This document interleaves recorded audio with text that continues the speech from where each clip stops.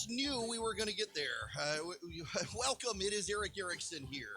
The Erick Erickson Show. The phone number is 877-97-ERIC, 877-973-7425. You knew it. You knew it. You knew it. You knew this was going to happen. We've moved now into the debate over whether Americans have too much freedom.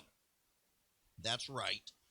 You're all going to die because America is too free. If only we were more like those other countries. This is so maddeningly predictable. It really is. Hang on one second. I just got this audio. Let me pull this up. This happened on MSNBC. This is a reporter from Vice, Anand Gridaradas. I'm sure I'm butchering his name. He's the host of Seat at the Table of Vice on TV. He's on MSNBC. Listen to this. One of the fundamental questions to me is what's going to be our relationship to government, the idea of government after this. And we kind of look at it at three levels this week. There is a primordial American tradition going back to the founders of being freedom obsessed, even though we're a country founded on slavery and genocide, being freedom obsessed to the point that we are always so afraid of the government coming for us that we are blind to other types of threats, whether it's a virus, whether it's bank malfeasance, or climate change, what have you. There's also a more recent kind of 40-year version of this, which is the Reagan war on government, right? Government is the problem. That's not just an idea on the right. There's a hard version on the right. There's a small c conservative militant version of it. But there's also, it has infected many people on the left in this passive sense that, yeah, I believe in government, but I would never go work there. Or I believe in government, but I kind of don't like my taxes too high, or I use, trusts in the Cayman Islands. And then there's the more recent Trump era twist in this, which is the war on government becomes a self-fulfilling prophecy. You undermine government, you undermine it, you undermine it. You put someone who can barely read a sentence in government, in the figure of Donald Trump, and it becomes true that government sucks because you've made it suck by telling everybody it sucks. And I think the most important thing that could come out of this is realizing that government is not the biggest threat to our liberty. It can be a threat to our liberty, but we're threatened by many, many things. And what government fundamentally does is protect us from a lot of those other oppressions that we in America are often quite blind to. Those other oppressions that we are oftentimes quite blind to. You knew this was going to happen. You just knew it was going to. Oh, you people want to open your businesses. You're a threat. You're the threat. Government's protecting us from you. That's ultimately we get here. By the way, Donald Trump could not run for president telling people government sucks if government did not suck. Donald Trump was able to point out government is working less and less for people. Now, listen, I didn't support the guy in 2016. I actually was much more aligned with, I was aligned with everybody but him. He was my last choice. But really, Cruz in particular was the guy I identify with the most. He and I are friends, and Marco Rubio as well. Rubio and I are friends, and I met with Jeb Bush, who I like, and told him I wasn't going to support him. And the reason I wasn't going to support Jeb Bush, and again, I sat down with Jeb Bush in private. I had this conversation with him, told him he's a very nice guy. Back in the 90s, when I was a teenager, the Bushes were a big thing. I mean, obviously.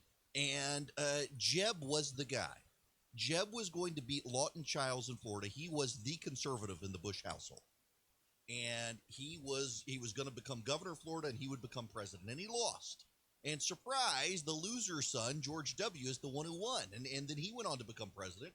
And Jeb never got there. And I told Jeb, I said, here's my problem why I can't support you. I said, because if we get back to Clinton versus Bush, it's an admission that we can do no better than beyond two families in this country, and we're not a family of monarchy. And as much as I do like Jeb Bush, but he's no longer as conservative as I would have liked. He's not the aggressive small government guy. Neither is Trump, by the way. In fact, Trump is inarguably growing government at rates that I, as a conservative, are uncomfortable with.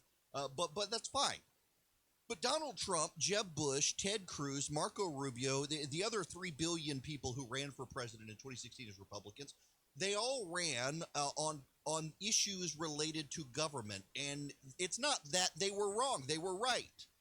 And you've got a guy like this who is a liberal who believes that government, he can't acknowledge that government is malfunctioned, government is broken. And in fact, you've got the left says there's a problem with inequality, which I do want to get to at some point today.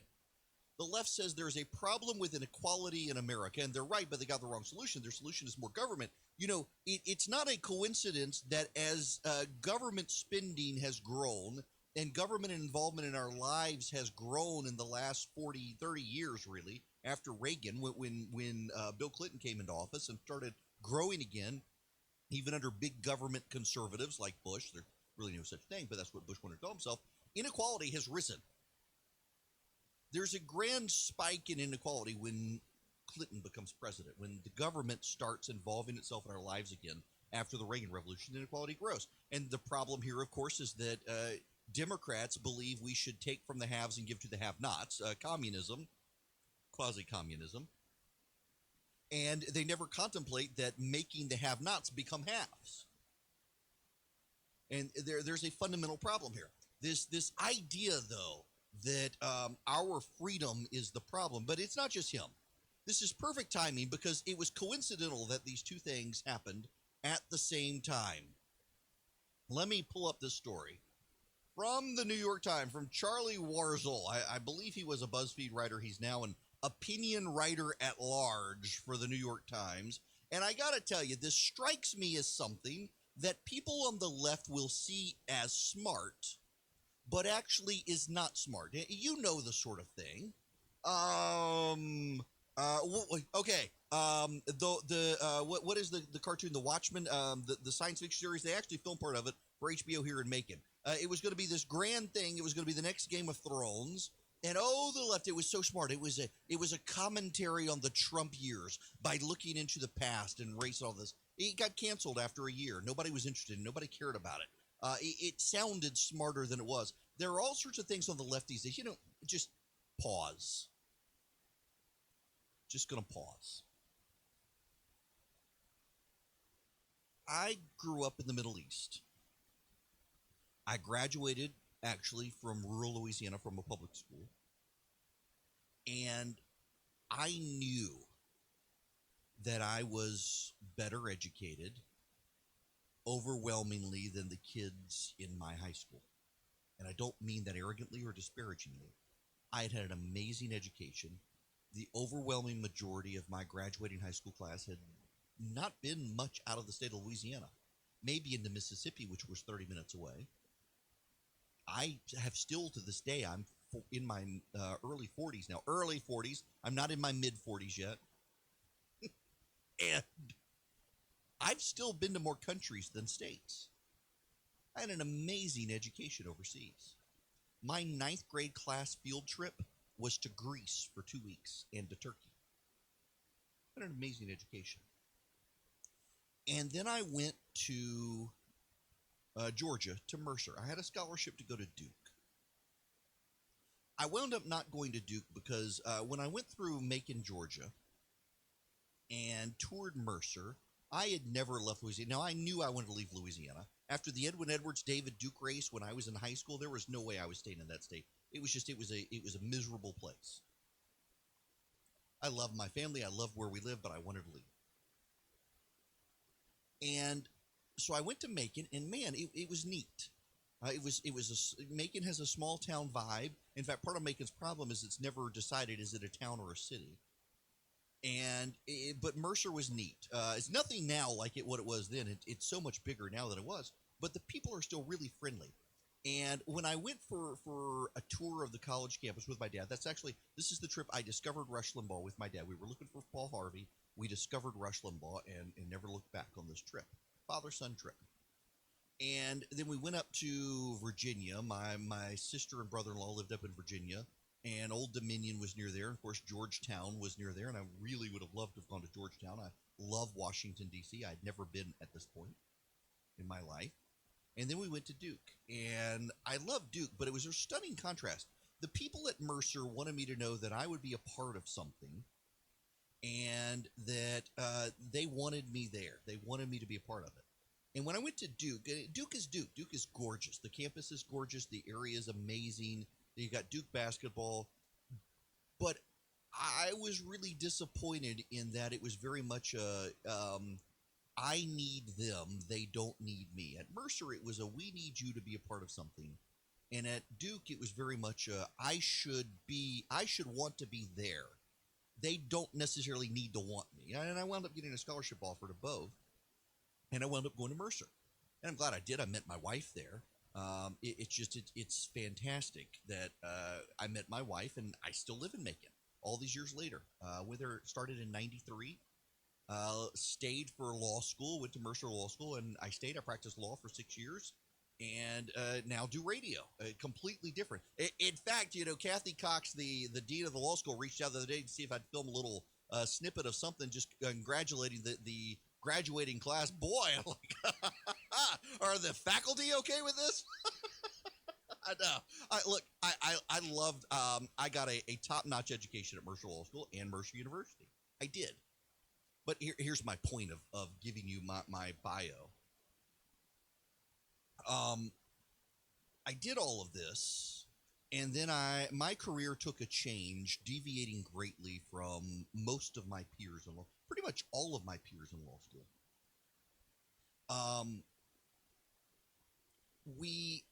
So I practiced law in Macon, and then I got a job in politics. I started Red State. Well, some friends started RedState.com. They put me in charge of it, and my career trajectory just went off. It was very, very random, very wild. And I wound up at the end of 2009 on CNN. I'll never forget, they put me up against James Carville one night. And James Carville was my final test to see if I was CNN caliber. And I held my own against James Carville, and that night he took me out. And he was so proud that a kid from Jackson, Louisiana, which if you knew Jackson, Louisiana, you would understand. We sat at this bar, Mary Matlin, James Carville, and I. And James looked at Mary and he said, he said it as James Carville only can. I'm so proud of him. Mary, you don't understand. If you looked up poop hole in the dictionary, you would find Jackson, Louisiana, the town that I'm from. James knows it very familiar. He had a relative who stayed in a nursing facility near there. And he said, and this boy made it out. And there aren't a lot of people in my high school class who did. So I got on CNN and I went to Fox. And here are these people who, they're better educated than me. They went to Ivy League schools. They were involved in politics longer than me. They've worked for presidents of the United States. They've worked for members of Congress. And I'm just a former lawyer and blogger from Macon, Georgia. And it dawned on me after a while, a lot of these people really aren't that smart. They're certainly not smarter than me. Some of them are. Some of them actually are really brilliant people on the left and the right. But most of them weren't. In fact, the dirty little secret is that most of the people on TV who have a political consultant or political strategist after their name, they slept with someone in a campaign office and that gave them their qualifications. Or they licked envelopes in the back office and they never actually did anything. And I actually became friends with people like Begala and Carville and Donna Brazil and Alex Castellanos. And a number of the other people there on the left and the right, and David Gergen, for example, because I had actually done those things. I had actually designed mail campaigns for politicians. I had done polling for politicians. I had cut ads for politicians. And so many of the people who go on TV are posers, and they're not real. And what you learn is that what they're really good at, what they really excel at, is something I've always kind of been bad at and gets me into trouble with even you people sometimes. Is they're really good at telling you what you want to hear and making it sound smart. And not only do I sometimes not make stuff sound smart, but I'm really bad at telling you what you want to hear. I tell you what I think, and this is why I keep an open phone line here. You can call in and you can completely disagree with me. And I am totally okay if you want to disagree with me. And we can have a polite conversation about it. And it's often, I find the troubling thing is that there are fewer people willing to have a polite conversation and disagreement. And thankfully, most of you guys are great about it. We can call in, you can call in, we can disagree, we can have a conversation. Although I have to be mindful of the clock, which is what some people forget. They think when I cut them off that I'm just trying to win the argument. No, I got a clock. In fact, I'm about to spill into it. But so I say all of that, and now I do have to take a commercial break here before I get to it, because there's a piece that's getting a lot of buzz at the New York Times by this Charlie Warzel person. And a lot of the left is going to look at this and they're going to say, wow, this is deeply insightful. But really, it's just what they want to hear. And it's gussied up enough so that they don't have to think, the argument's actually really shallow. But it's yet another one of these pieces that I'm sure we're going to see more and more of people on the left deciding freedom really is a bad thing. And the people who want to be free, they're the problem. It's not the virus anymore, people. It's you who are the problem. And this has gone it's been buried in the last several months as we've dealt with this global pandemic. But the reality is, it hasn't ever gone away. And on the left, the problem has never been a microbe. It's been a Trump voter. Honest news and conservative views. Never separated from the truth. It's the Erick Erickson.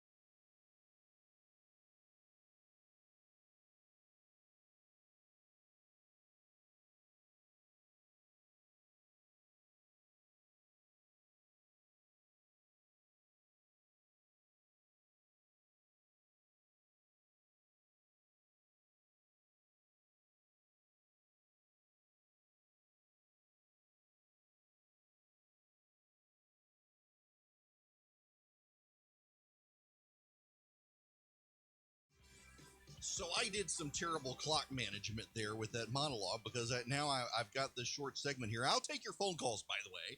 877-97-ERIC, 877-973-7425. So we got this Charlie Warzel piece. It sounds way smarter than it actually is when you delve into it. Here's the headline and the subtitle. Headline: Open states, lots of guns. America is paying a heavy price for freedom. And the subtitle: this country seems resigned to preventable firearm deaths. It appears that the same is starting to happen with fatalities from the pandemic. The coronavirus scenario I can't stop thinking about is the one where we simply get used to all the dying. I first saw it on Twitter. Someone poked holes in the scenario. A tweet from Erick Erickson, the editorial director of Broadside Books, read, "We keep losing 1,000 to 2,000 a day to coronavirus. People get used to it. We get less vigilant as it very slowly spreads. By December, we're close to normal, but still losing 1,500 a day. And as we tick past 300,000 dead, most people aren't concerned." That hit me like a ton of bricks because of just how plausible it seemed. The day I read Mr. Nelson's tweet, 1,723 Americans were reported to have died from the virus. And yet their collective passing was hardly mourned. After all, how to distinguish those souls from the 2,097 who perished the day before, or the 1,558 who died the day after? Such loss of life is hard to comprehend when it's not happening in front of your own two eyes. Add to it that humans are adaptable creatures, no matter how nightmarish the scenario, and it seems understandable that our outrage would dull over time. Unsure how, or perhaps unable to process tragedy at scale, we get used to it. There's also a national precedent for Mr. Nelson's hypothetical: America's response to gun violence and school shootings. As a country, we seem resigned to preventable firearm deaths. Each year, 36,000 Americans are killed by guns, roughly 100 per day, most from suicide, according to data from the Giffords Law Center. Similarly, the Everytown for Gun Safety Support Fund calculates there have been 583 incidents of gunfire on school grounds since 2013. In the first 8 months of 2019, there were at least 38 mass shootings. The Times reports last August, 53 Americans died in mass shootings at work, at bars, while shopping with their children. We should stop right there and note that many of these are, how shall we say, widely questioned numbers. You know, the gun violence report on schools, if you don't go by the FBI statistics, you go by some of these outside groups, if someone fires a gun near a school, it's considered a gun school shooting. If there's an accidental discharge by a law enforcement officer or a school security guard, it's a school shooting, on and on it goes. Some of these tragedies make national headlines, many don't. The bigger school shootings and hate crime massacres can ignite genuine moral outrage and revive familiar debates over safe storage practices, gun show loopholes, red flag laws, bump stocks, comprehensive background checks, strident licensing systems, and of course, the accessibility of endlessly customizable semi-automatic weapons like AR-15s. In every case, the death toll climbs. Blah, blah, blah, blah, blah, blah, blah, blah, blah. On it goes. Let me get down to the bottom here, though. The idea of freedom is also an excuse to serve oneself before others. 30. And a shield to hide from responsibility. In the gun rights fight, the freedom manifests in firearms falling into unstable hands. During the pandemic, that freedom manifests in rejections of masks, despite evidence to suggest they protect both the 15. wearers and the people around them. It manifests in a rejection of public health. We'll get into 10. this, and I'll take your calls when we come back.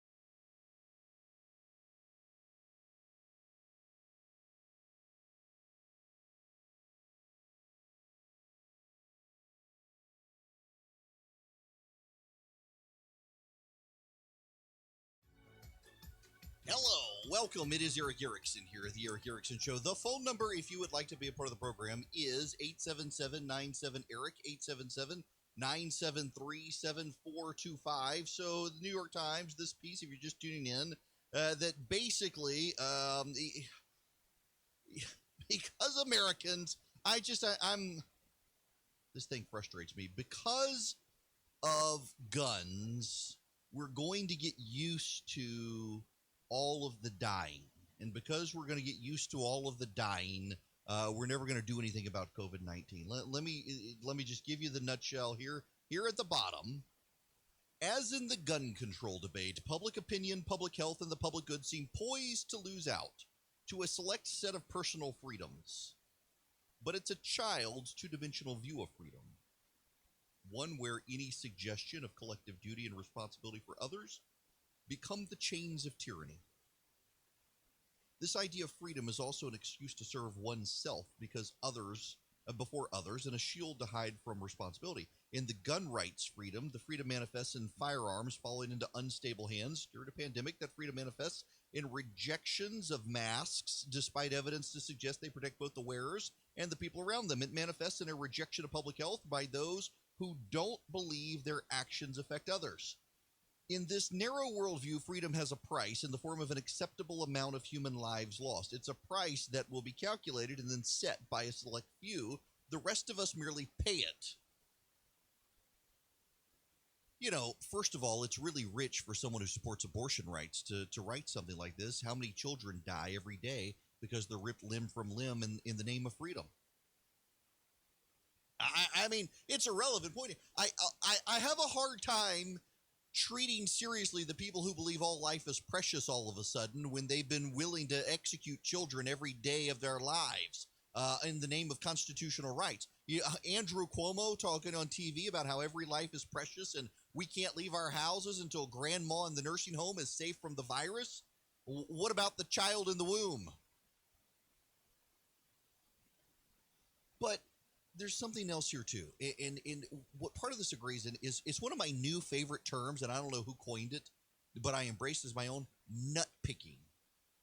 Nut pick. No, get your minds out of the gutter, people. No. Nut picking. It's where you pick one or two fringy people and describe an entire class of people by those couple of fringe people. You know, there is a resistance of some to be required to wear masks in public, but they're in the vast minority.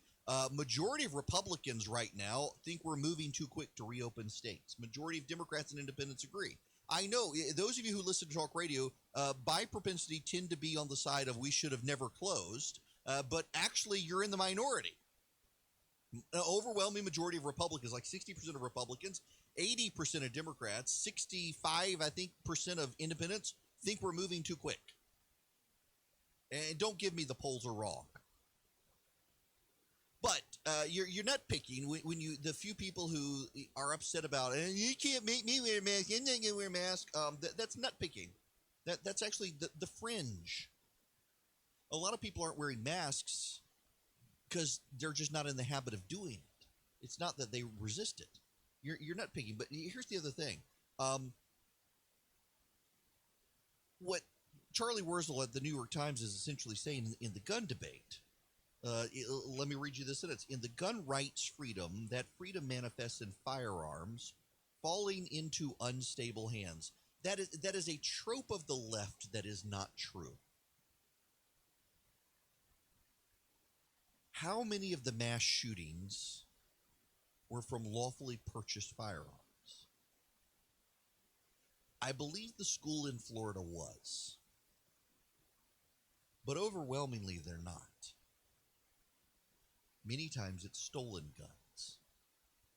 And see, it's a constant thing, and Wurzel is one of them, that we need more laws, You can't show me a law that would have prevented some of these crises short of gun confiscation, which is ultimately what he wants. He can't admit it because then it destroys his argument. But what I find insulting here, and this is why I went through the entire discourse of why this is going to sound smart to a whole lot of people. Maybe some of you it sounds smart to you. Here's why it's not. Because, like so many of the left's arguments about the right these days, they don't actually have a grasp of the arguments. This is one of those things. This goes back to my opening monologue of being on TV with people I always assumed were way smarter than me, just given my background versus their background, and then realizing no, actually, and what sets us apart is that they don't really understand my side's arguments. So I went to law school and I practiced law for a number of years. And I thought, and I bet most of you, if you've never been to law school, I bet most of you thought that when you go to law school, what you learn is the law. You don't actually learn the law when you go to law school. I mean, you learn aspects of it. But you don't actually, law school is not about teaching you the law. Law school is about teaching you to think. Law school is about teaching you to discern, teaching you to read, teaching you to distinguish, teaching you to nuance, teaching you how to make better arguments, teaching you really how to research. There's too much law for law school to teach you the law. You learn the basic parameters of the law, and in learning the basic parameters of property law, the basic rules of tort law, the basic rules of contract law and sales law, the basic statutory law everyone needs to know, what you're really doing is you're learning how to write and read and think and research and discern and decide and make an argument. Not argue as in yelling at someone, but actually to stake out a position and defend it. That's what law school is about. And the people who went to law school, I think that I encountered on TV, tended to do a better job than others. Law school, think of law school as, law school used to be kind of your bachelor's degree. And it's interesting that we've lost the ability to research, to learn, to decide, to think, to argue, and we now leave it to others to make cases by using multi-syllable words that make things sound good when they're not necessarily able to understand the argument. And this is one of the things that I'm getting at here, is that one of the traits in law school about learning to think and learning to argue and learning to research is you have to be able to appreciate the other side's argument. And this is one of the great failings of the left in America today, is I, as a conservative, because I am more likely to encounter a progressive, am better able to articulate a progressive's position than a progressive is able to articulate a conservative's position. You see this most frequently when it comes to abortion rights. I, as a conservative, understand and could articulate the arguments of a progressive on abortion. I know their arguments. What I am dumbfounded by is the inability of a progressive to appreciate or articulate the arguments on the right. And the reason the left can get to a point where they never have to understand the right's arguments and be able to respond to them as they actually are, as opposed to what the left believes they are, the caricature of them, is because no one in the media challenges them. Because so many people in the media are also of the left, that the people on the left, they're never bothered, they're never challenged. So when I was on CNN, listen, I've got a lot of respect for CNN. I'm critical of CNN because I like the network so much. I have a lot of friends who work there, and I think that they do a very good job in most cases. Their daytime shows and their now late night, Chris Cuomo and Don Lemon, no. But Anderson Cooper, I think, is actually very fair. John King, Jake Tapper, Wolf Blitzer, they're good people. I know them. They're friends of mine. And I think they do good jobs. I don't always agree with them, but that doesn't mean I don't think they're good people, and that they try to understand the opinions and arguments of people on the other side. But by and large, even some of these anchors at CNN, they don't do a good job of that. And I'm frustrated by it, by the caricatures that are allowed on TV. Take Don Lemon, for example, going after Melania Trump the other night. If someone went after Michelle Obama or Laura Bush back in the day, or anyone else, they would be savaged by the media. And here he gets a complete pass by going after Melania Trump because she's married to Donald Trump. But Don Lemon is someone who he lived in Atlanta, lived in Midtown Atlanta. He worked in Atlanta for CNN in Atlanta, and he's lived in the South, and he has a hard time not resorting to caricature of people he disagrees with. And it's sad to see, because I know the guy, and I know he's better than that. I know he's more capable than that, but he's not doing it because he's gotten complacent. And you see that more and more on CNN. You really see it on MSNBC, where you never have to treat the rights argument seriously. And when I was at CNN, for example, when there was a pro-life situation, I always had a practice of declining to talk about abortion on CNN, and instead would recommend an ample number of pro-life women to go on because I knew what they were doing. And inevitably, those women would never get phone calls. They would find a man who was willing to go on and talk about abortion. And so it was always typically the female anchor with the female pro-abortion advocate versus the man telling them they can't have an abortion. And it was all about the design of the argument for TV. It's always the pro-life man versus the pro-abortion woman. You never, ever, ever will see on TV, rare exception, will you see a pro-life woman. And I've got a list of wonderfully pro-life women who are willing to go on television, who know the left's arguments better than the left does, and they will never, except on Fox, you'll never see them on TV. They always put on the female pro-abortion advocate, though. This is a design on TV, way to shape the argument. When it comes to life, the right understands the argument. So here's the thing with Wurzel. There's something you do not read in his piece. And you don't read any reference to constitutional rights when it comes to the Second Amendment. More importantly, you don't read anything about the actual arguments for why people are ready to go back to work. It's deeply insulting to the small business owner who's on the verge of bankruptcy. It is deeply insulting to the unemployed person who made so much money last year they couldn't get their $1,200 from the government. It is deeply insulting to the business owner who can't get unemployment, that $600 a week from the federal government. He doesn't want to acknowledge that that side of the argument exists, and to be an honest broker in something like this, you need to be. This will scratch the itch of the people on the left who believe that conservatives are the problem, but it doesn't actually do anything to advance a real argument. It resorts to caricature to advance the argument, and increasingly we're going to see this. I played you the audio at the beginning of the show on the guy on MSNBC. It's all about it's freedom, and freedom. It's these people who want to be free, these people who want to be out of their house. They're the blight. It's these people who say freedom is what we need who are the problem. It is amazing how many people on the left are willing to descend into caricature because they can't actually win the argument, but more than that, they can't articulate the argument of the other side right now. I'm in the shelter-in-place camp. I'm in the camp that thinks we actually are opening earlier than we should. I'm in the camp that thinks we need to be mindful, however, that we've got leaders in charge who have to balance those of us who are concerned about opening too soon with those who are about to be wiped out financially.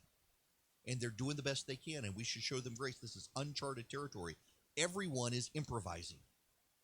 There is not a single governor or president or administration official or state legislator anywhere or even healthcare public policy expert who actually really knows what they're doing right now. Everyone is improvising. No one's ever seen anything like this in our lifetimes. All we have are history books to tell us about the Spanish flu, and we didn't have the medical apparatus and institutions and communications channels that we have now that existed then. We got way better now.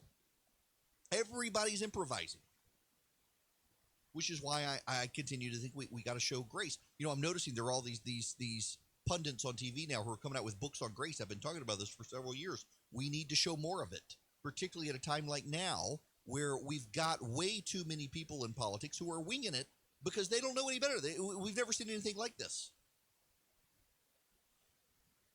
And what we're seeing on both sides, but really now on the left, it is building steam quickly, is this descent back to caricature of the other side. And essentially, they're telling us out loud what they've thought in quiet for a while, that we have too much freedom as Americans. We actually need to be a little more loyal to the government. We need more fealty to the government.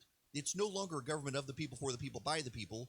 It's a people of the government, a people for the government, and people by the government. That seems to be the left's view here. Freedom is not bad. Yes, freedom comes with responsibility, Spider-Man, Uncle Ben. We get that. Where great power comes great responsibility. With great freedom comes great responsibility. We have to be responsible to other people.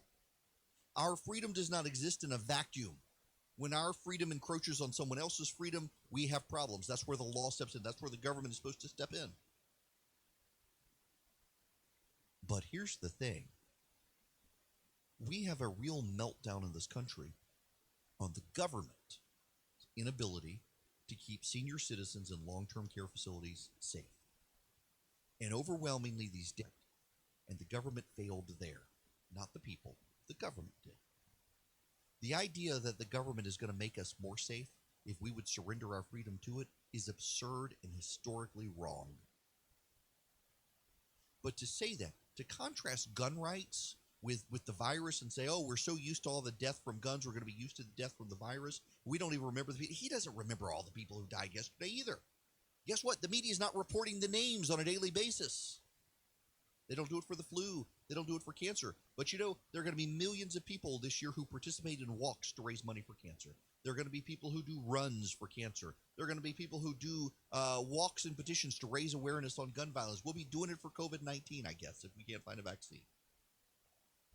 But to take a novel coronavirus and the fallout from a global pandemic we've never experienced, and to try to force it into the box of gun control to try to make a point that sounds smart while being completely oblivious to the people who are going bankrupt and the small businesses that will never come back into business. It may sound smart to the left right now to do stuff like that, to let out what they haven't been able to do in 2 months, which is to express their contempt for conservatives. But it doesn't actually advance an argument, and it actually, when you get into it, it's really not as smart as they think. News and in-depth analysis from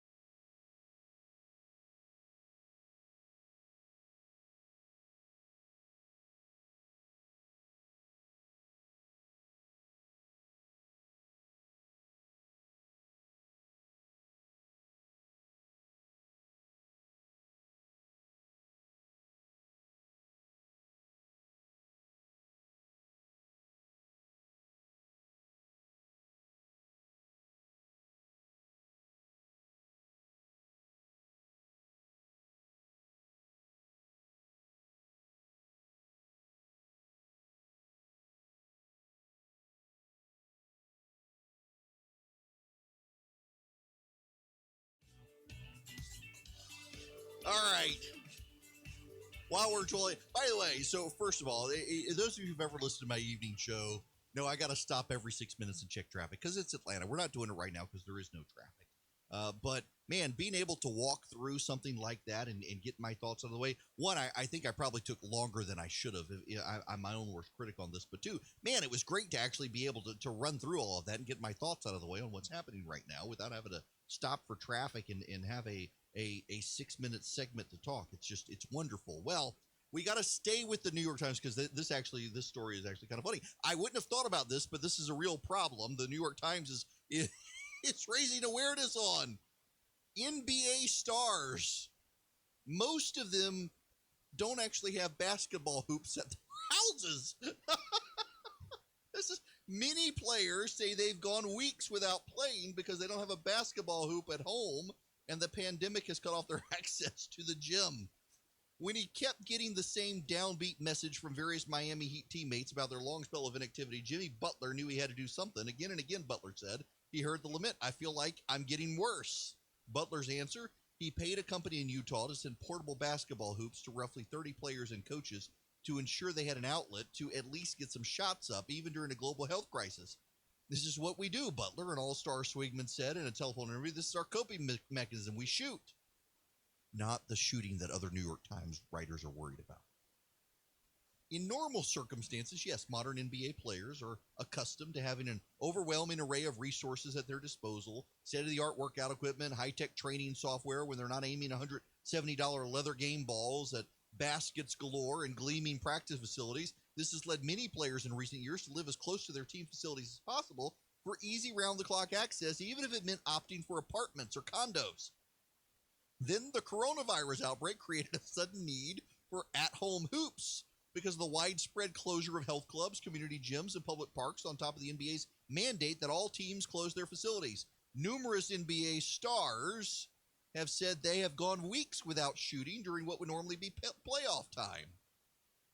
Man, I always forget it's May and it would be NBA playoff time. They would, for a winter sport, they'd still be going on into the summer. It's like hockey these days. Hockey sometimes finishes after the ice is melted in Antarctica. Anyway, whoever thought time would get like this, where you can't even have access to a basket or a gym, Butler said. Nobody thought it would come to this, but it has. Myers Leonard, one of Butler's Miami teammates, said, "I can't remember a time in my life since probably third grade that I had gone this long without shooting a basketball. It's been a weird feeling to not shoot, practice, and compete, so it felt amazing to get a ball back in my hands and shooting." Danny Green of the Lakers, in a recent interview, said he adopted a drill from his youth to fill the void. "As long as I've got a basketball, I can shoot at the air and keep a good feel for the ball. That's what we used to do when we were younger. In the bed, lay on your back, and shoot at the ceiling."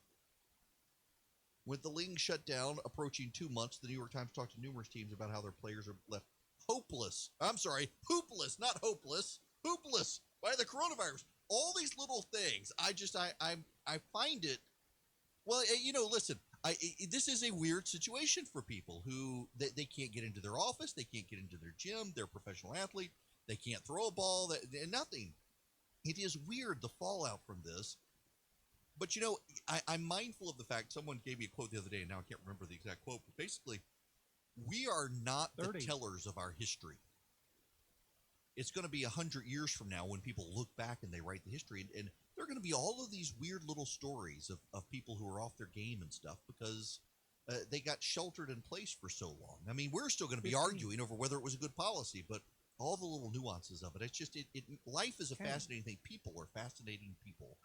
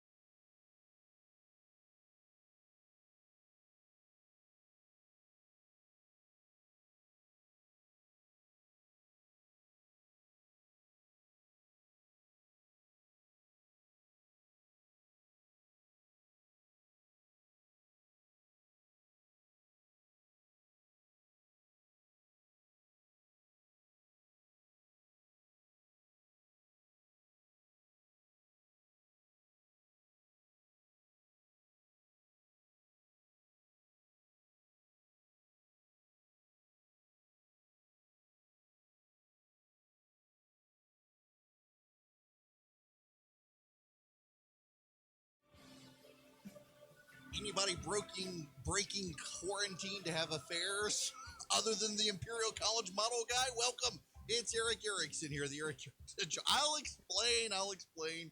The phone number here is 877-97-ERIC, 877-973-7425. Neil Ferguson is the guy who came up with the Imperial College model that showed millions dead if we did nothing.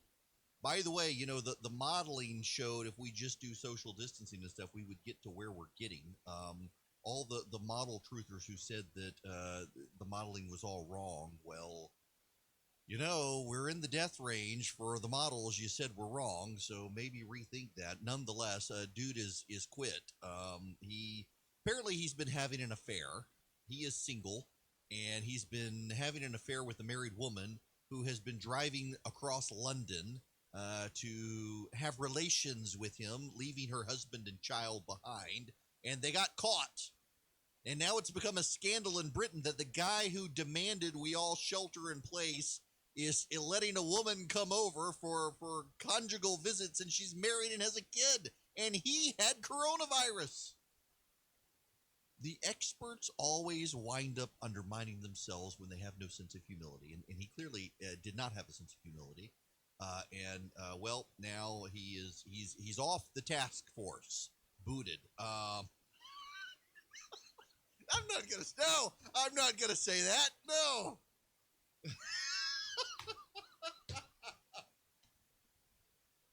Nope. He's booted for no. Not gonna say that. Okay, we're gonna move on now. So I've been wanting to give you the information on how the daily charts move on the coronavirus, and I don't want to dwell on corona. There's so much other news out there. By the way, I'll get to this, but have y'all seen the videos out of Midtown Atlanta? There have been massive crowds overnight in Atlanta for Cinco de Mayo. There were pictures of Midtown Atlanta around Piedmont Park, and you had the rainbow flags flying high in Midtown because it's Midtown Atlanta, and you had crowds of millennials all over the place hanging out, drinking on the streets for Cinco de Mayo. These are not Brian Kemp voters. None of them were wearing masks. None of them were socially distanced. These are not Brian Kemp voters. These are secular millennialist Stacey Abrams voters in Midtown Atlanta. And when they get sick and begin a viral spread again, they're going to blame Brian Kemp. You know it, and I know it. They're never going to take responsibility for themselves. They're going to blame Brian Kemp for spreading the virus. Brian Kemp got them sick because they didn't do what Brian Kemp said to do. It's all his fault for letting them out of the house. That's the way this works. When you've lived in mom's basement for that long and you finally get some freedom, you have a hard time accepting individual responsibility. You know, this goes back to the New York Times piece in the last hour where the columnist is blasting people who want freedom without taking responsibility. You know, this goes for the left as well. This isn't just like the right is going out. These people on the left, look at all the people who are in Central Park and Bryant Park in New York City. The left is fixated on beaches in Florida. What about what's happening in New York and Boston? And the beaches in California? Not exactly conservative hotspot out there in Los Angeles and Malibu where the beaches are filled, and yet somehow it's only conservatives who are doing it. It must be nice to never look in the mirror and see your own flaws because you're too busy nitpicking the flaws of others through nitpicking that they're selective bizarro people. It just bizarre. Okay. I want to get to this because I think it is relevant. There is a lament now among some experts that you should know that you people are too stupid to be given the daily truth. I regret that I did not save the link, but there was an expert who was quoted yesterday as saying part of Georgia's problem is that they're making the data available in real time, and they shouldn't be doing that. They should never show you the 7-day trend line. They're actually saying that. And the reason is that they say this could mislead people, which is why I want to focus on May 1st. On May 1st, there were, on May 4th at 9 a.m., when I gave you the numbers of how many coronavirus patients there were tested on May 1st, there were 128. By 11:30 on May 4th, that number had gone up to 136. And by 1 o'clock, it had gone up to 144. By 4 p.m. on May 4th, the number was at 158. On May 5th at 10:30 in the morning, it was 179. On May 5th at 4 p.m., it was 214 positive COVID-19 cases from May 1st. By the way, on May 2nd, it was like at 30 cases. We're now at 10:12 on the nose a.m. on May 6th. We now have 430 cases listed on May 1st.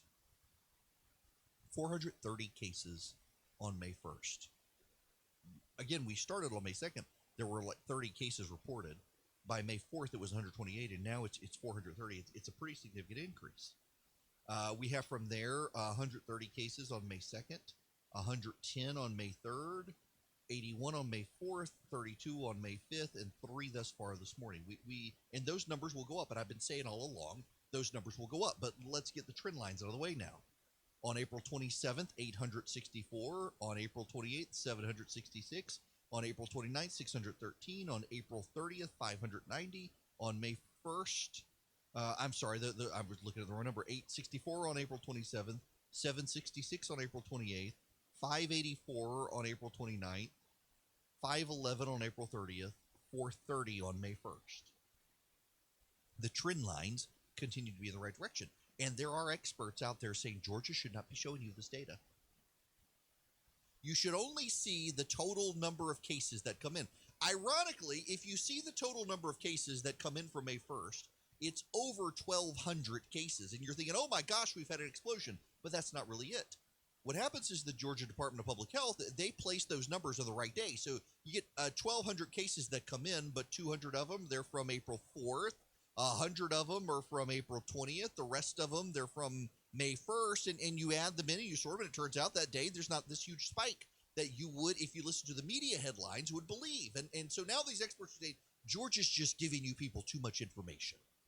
It's going to allow you to check in, for example, like let me do yesterday, May 5th, 32 cases yesterday. You're going to say, oh, there were only 32 cases on May 5th. It's really gone away. And then tomorrow, it turns out there are actually 200 cases on May 5th. What happened? They've rigged the data. It must be a conspiracy. Listen, I know there are conspiracy-minded people out there. What is the Venn diagram on the people who believe the COVID-19 deaths are overstated? 5G is going to allow Bill Gates to control you like a Westworld host, and vaccines are bad. I'm wondering, what is the Venn diagram on that? Because I haven't even gotten into the 5G stuff, which is all a bunch of hooey from many of the same people who believe that vaccines will give you brain damage or some such. But nonetheless, I realize there are conspiracy-minded people out there, but I'm a big believer that while people are stupid collectively, individually, there are a lot of people out there who would appreciate getting accurate data as opposed to having the media just tell you the nightmare scenarios without giving you stuff. It's a wild ride. It really is. But, the media has certain framing. Take this Rick Bright complaint. You know who Rick Bright is? Rick Bright he was the head of the U.S. agency responsible for developing drugs to fight the pandemic. Rick Bright. He was reassigned by Secretary of Health and Human Services Secretary Alex Azar. And Rick Bright left. Well, he was forcibly reassigned as Director of Biomedical Advanced Research and Development Authority from HHS. And he says he was a whistleblower, that he blew the whistle, that the coronavirus was coming. He's producing all sorts of memos. Listen, here's the thing. I don't know whether Rick Bright is telling the truth or not. The Department of Health and Human Services says Rick Bright was transferred to a job where he was entrusted with about $1 billion to develop diagnostic testing. And that things did not go well for him. And now he's got a government whistleblower complaint. And I got to tell you,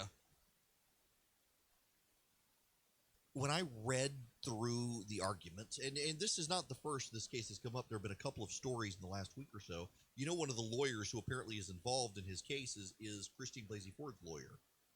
I saw her on TV talking about it. I'm fairly sure that she's connected in some way with it. But what struck me is how the people who are rebelling, if you will, against Trump administration from the inside, the whistleblowers and whatnot, that they are custom tailoring their complaints to maximize press attention. They are essentially telling the story the press is already telling. Now, yes, some of you are listening right now thinking, well, maybe it's true and the press is right. Yep, maybe it's true. Maybe it is true. But I've been in the business long enough to know that when the press tells these stories, they tend to get details wrong. And thus far, the press has not been willing to admit what details they've gotten wrong. And so here comes a complaint, and the complaint lines up perfectly with everything the press has been telling us, that people in the administration were warning Trump all along. Trump wanted to award business to cronies. He didn't take it seriously. There were all sorts of red flags. When the president started talking about hydroxychloroquine, hey, remember that? Rick Bright was saying, no, this can't be. It's going to be bad. We can't do it. Everything lines up perfectly with every talking point from the media. And I'm sorry, on the left and the right, I am skeptical of these things. Like, for example, remember the complaint over the weekend of the girl who claimed she was 14 and Vice President Biden grabbed her inappropriately and commented on her breast size as a 14-year-old. It lined up perfectly with what conservative media has been saying all along with Joe Biden, which is why I didn't talk about it, because my skepticism radar went off. And it turns out we now know that Joe Biden could not have been where it was claimed that he was. Based on his calendar as vice president, he was nowhere near where the event was at the time that the complainant says he was there. Turns out the conservatives grabbed a hold of it quickly because it reaffirmed the Tara Reade story and all the other stories about groping and whatnot, and gave one more person, one more victim, one more story against Joe Biden. And there should have been a level of skepticism there. And the same holds true with this Rick Bright stuff. The Rick Bright complaint reads like a New York Times story. Oh, we've been warning about crony capitalists and backroom deals in the Trump administration since 2017. I've been complaining since then. And then 2020 rolled around and the coronavirus hit, and I've been saying since January that the coronavirus was coming. And then in February, have a memo from Peter Navarro everyone already knows about that also warned about it. And then was telling them, no, hydroxychloroquine, it's not a solution. Hydroxychloroquine is going to get people killed. We can't do this. And I've been raising these complaints forever. But see, nothing makes sense there, because why did the Trump administration keep the guy in that position when he was complaining the whole time? Because the actual media narrative against the president is that when people complain like this, they boot him quickly. And so they left this guy complaining there since 2017? That none of that makes sense in the timeline when you think about it. Maybe the guy's telling the truth. I have no idea. But it just seems like his complaint is custom tailored for maximum media exposure against the president, and not actually about taking down the president or addressing some grievance. Actually, it is about taking down the president. It's not about addressing a grievance. It just seems too convenient to me. Sometimes the convenient things are real and true, but many times it's just to get media attention, and that's what this seems like. Well connected and well respected.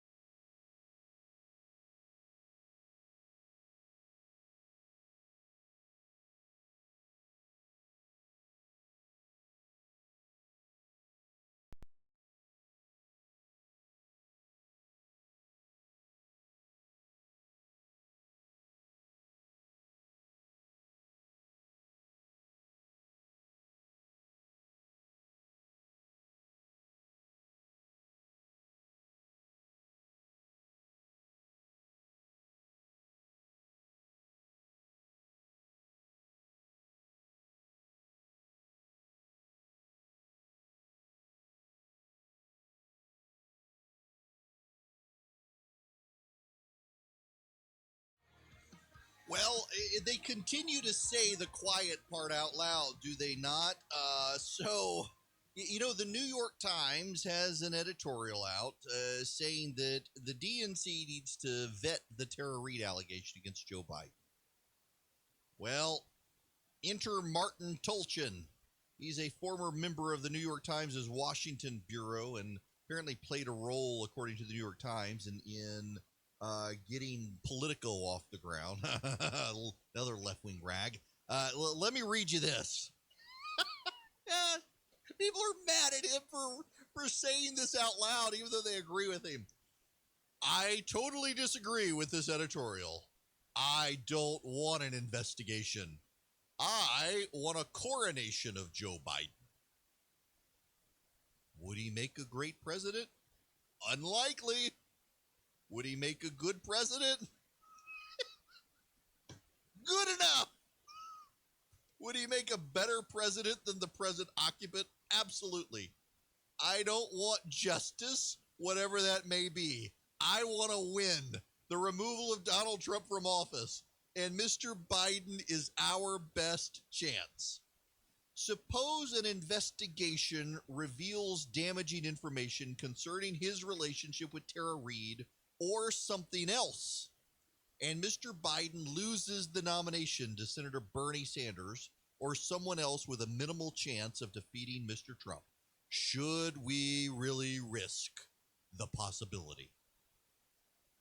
Martin Tolchin, Alexandria, Virginia.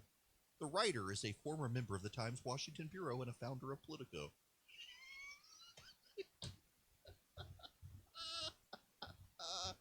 Wow.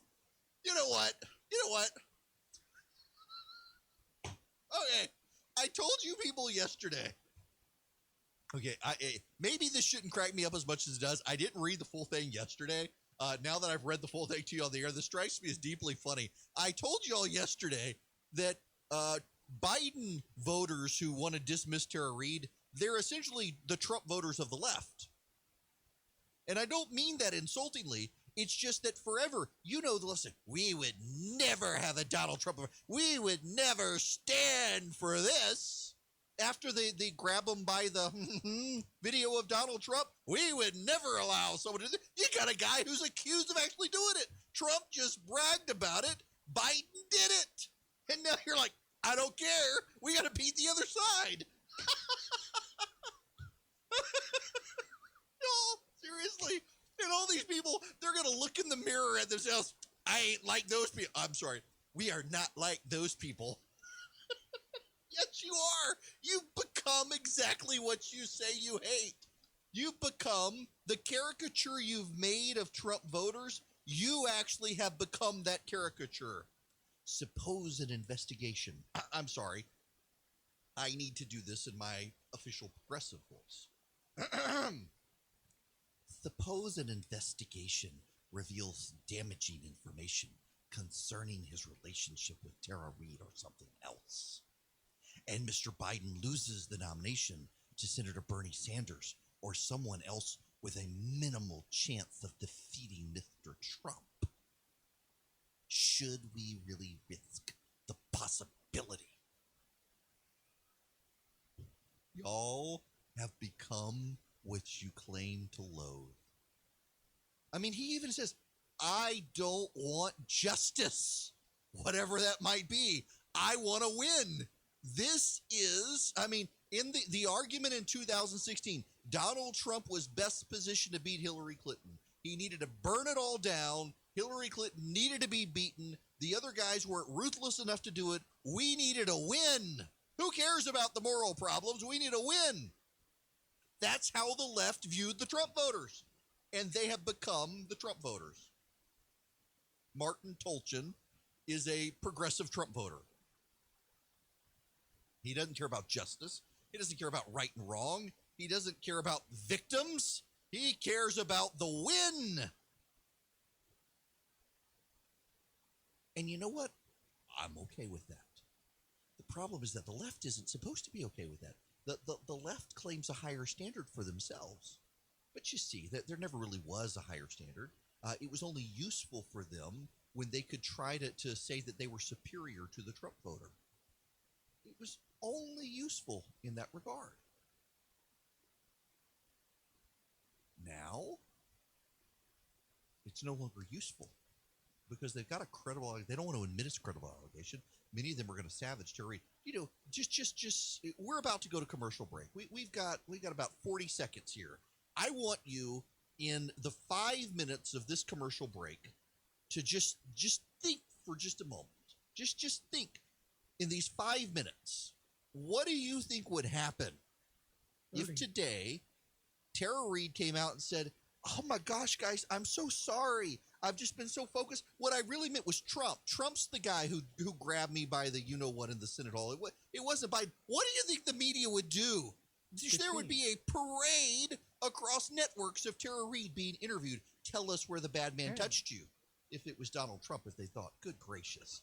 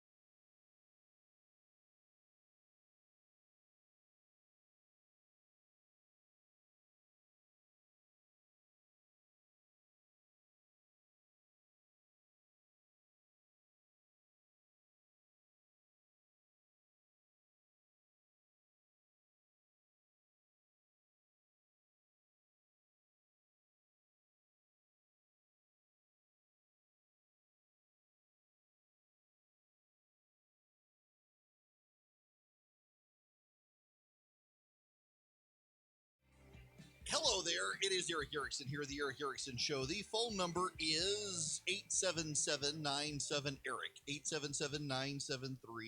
877-973-7425. I would not be doing what I'm doing in life right now, but for a friend of mine, Ben Dominich.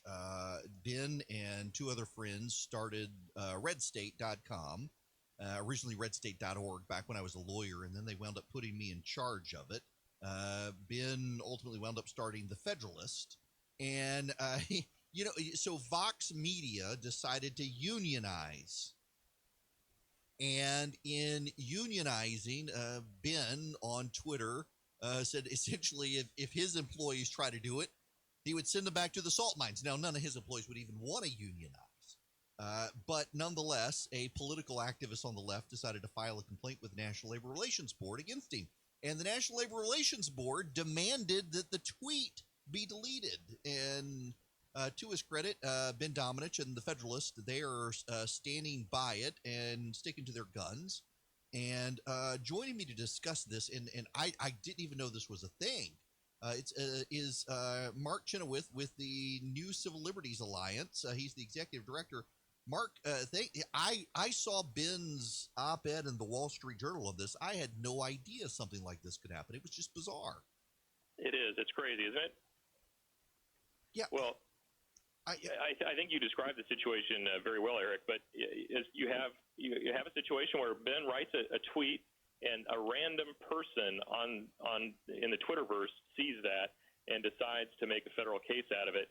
And to me, one of the things that's so distressing about this is that one person was able to engage the entire machinery of the federal government and launch an entire investigation into Ben when none of his employees objected. None of them had a concern. They all thought it was funny. And yet we're going to start this whole investigative process and waste taxpayer dollars on a nothing burger. Well, it is, and what I thought was interesting as well as op-ed is he mentioned it was a left-wing writer who advocates socialism, filed the complaint and then withdrew the complaint, but then a lawyer on the left picked back up the complaint and proceeded with it. Do I have that detail right? That's right. That's exactly what happened. And we don't really know what the machinations were as to why the one person withdrew it and somebody else came in with the second one. But what we do know is once that complaint was made, for some reason the NLRB took it seriously. And our concern is, if you look at the National Labor Relations Act, it says that it has to be an aggrieved party. That's the sort of technical statutory term, an aggrieved party. And that's always been interpreted to mean it has to be an employee, it has to be a union that's trying to actually unionize the employees, maybe a family member of an employee, something like that, but not a random person on Twitter. He's not aggrieved, and yet the regulations that the NLRB has implementing the statute don't carry that same restriction over. They say any person can file a complaint, and thus the problem. Yeah, this seems like, man, this seems like the perfect setup for Gorsuch and Kavanaugh, honestly. I mean, from aggrieved party to letting the NLRB, and I got to be honest with you, Mark, I assumed that all was well with the world with the Trump administration in and appointments to the NLRB. We wouldn't be having insane things like this happening, and yet here we are. Well, here we are, and part of the problem is that the NLRB is an independent agency, and we have these strewn throughout the federal government. And unfortunately, Supreme Court precedent over the years has put these independent agencies somewhat beyond the control of the president. Sure, he gets to make the initial appointments, but unless the members of those agencies do something fairly, not just from a policy standpoint absurd, but don't show up for work or do something like that, it's pretty difficult for the president to remove those folks. And so that's part of the problem. The other problem is you have a lot of career employees within these agencies who have a fair bit of flexibility to take things to a certain point without the leadership in the agency either noticing or they have higher priorities until something blows up on them. And we may be on the cusp of that here. Yeah, I would imagine so. It seems like there is a First Amendment issue here as well. That it was a tweet And you mentioned there are no employees complaining. And shouldn't the First Amendment work in here somewhere? So you would think so, and certainly humor is protected under the First Amendment.